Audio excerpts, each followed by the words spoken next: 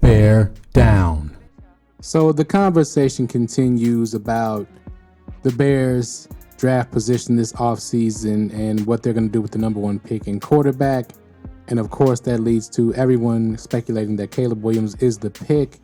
You're going to get different stories every day, probably every week, because Ryan Poles is doing a masterful job, and the Bears brass, the front office, is doing a masterful job of sending smoke signals all across the NFL landscape, from the media to the agents to so-called other GMs.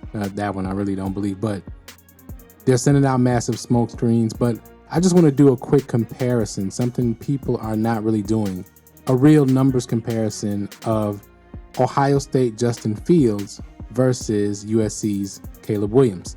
Let's get into it. But before we get started, smash that like button, hit the subscribe button, hit the notification bell to make sure you stay locked in to Draft Capital Sports, where we provide all the NFL draft news, NFL offseason news, trades, etc. for your 2024 NFL offseason. Now let's get back to the video. Now, I've already done a video on Caleb Williams and breaking down some of his games and what he did against certain levels of competition. That video will be appearing at the top of the screen. The gray box is right there. So if you want to check that out first, just so you have a reference point of where I'm coming from as I compare him to Justin Fields at Ohio State. Now, of course, I'm going to use first Caleb Williams' best season as a college athlete, which is his 2022 Heisman Trophy winning season. Now, during that season, Williams in 14 games had 4,537 yards, 42 touchdowns, 5 interceptions with a QB rating of 168.5. He also had 382 rushing yards and 10 touchdowns. Now that compared to Fields' sophomore and not his best season. Well, you could say it was his best season. He also played 14 games. He threw for 3,273 yards, 41 touchdowns, 3 picks for a QB rating of 181.4. He also rushed for 484 yards and 10 touchdowns. So as you can see, Williams had more yards overall. He threw for 1 more touchdown and 2 more interceptions and had about 13 percentage point quarterback rating, lower than Justin Fields. Fields also led Ohio State to a 13-1 record that year, them being the 3rd overall team in all of college football, for those who like to include wins as a QB stat. I personally don't. So when we look at the numbers, Caleb Williams' best season and Heisman Trophy season was not much better than Fields' season, and I would argue that it was against much worse competition. So let's look into the numbers in the games. So I mentioned in 2022, Caleb Williams' best game, in my opinion, was Fresno State, where he had 284 yards for 2 touchdowns, 149 quarterback rating against the number 14th ranked pass defense in all of college football. Now that's very admirable. So I went to Justin Fields' 2019 season, and I didn't find a game that was really comparable to that as far as level of competition. The best one I could find, though, was against Michigan, which is their number 1 chief rival, probably the biggest rivalry in all of college sports. He threw for 302 yards against Michigan, 4 touchdowns, and Michigan was ranked 25th overall in pass defense that season. And then the next season, 2020, which was shortened, of course, by COVID, against Clemson, who was the AP number 1, Associated Press number 1 team in the country, he had 385 yards, 6 touchdowns, and 1 interception, and Clemson ranked 18th in pass defense out of 128 qualifying teams. So you see that Fields not only was as consistent statistically as Caleb Williams in college, he also just performed better against better competition. Now, Caleb Williams has some monster games. He had a comparable stat game to the one Justin Fields had against Clemson against Coach Prime's Colorado. I mentioned that in the video, the first video I did on Caleb Williams, where he had 400 yards and 6 TDs and 1 pick.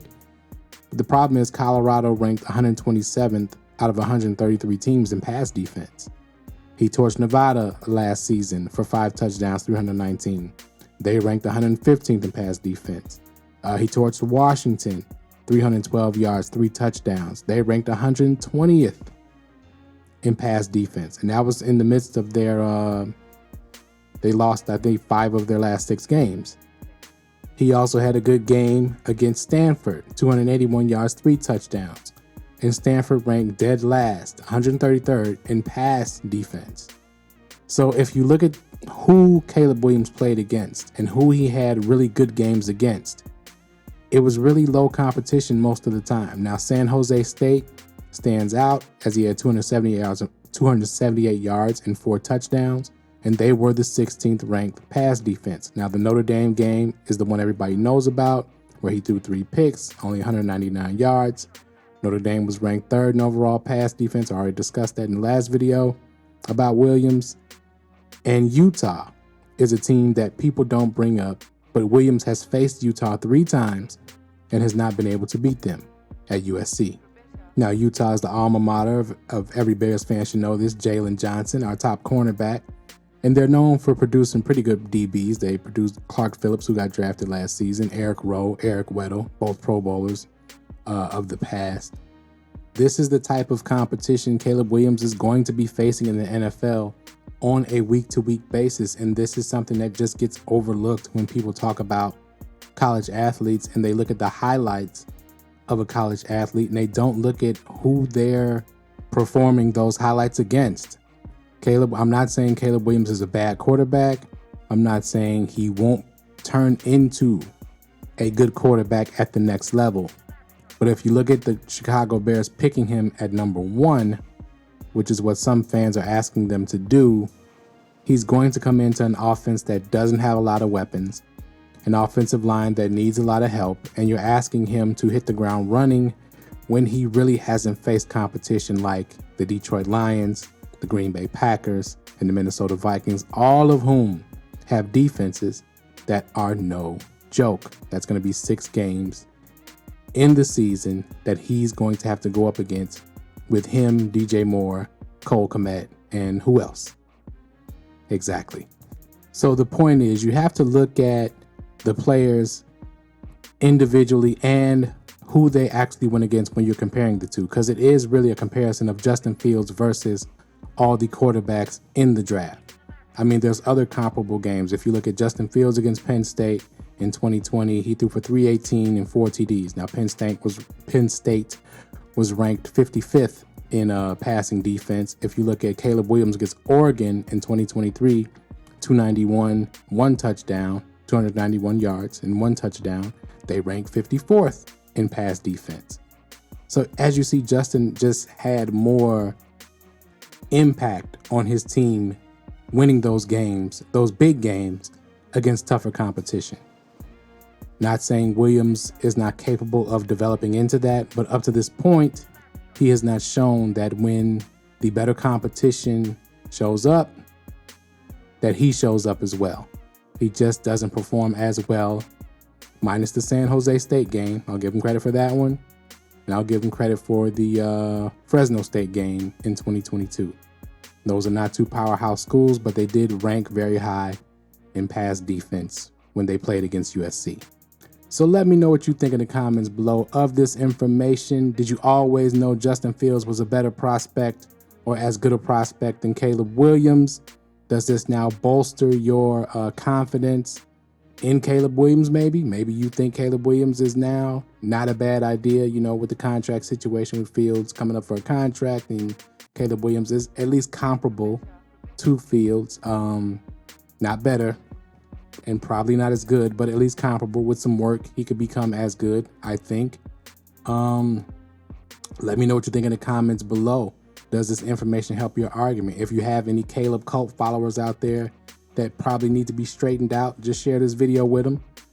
And this information may calm them down a little bit and lower their expectations just a tad to make them more realistic, so that they understand that Caleb is a good prospect, but not necessarily the next Tom Brady or Patrick Mahomes.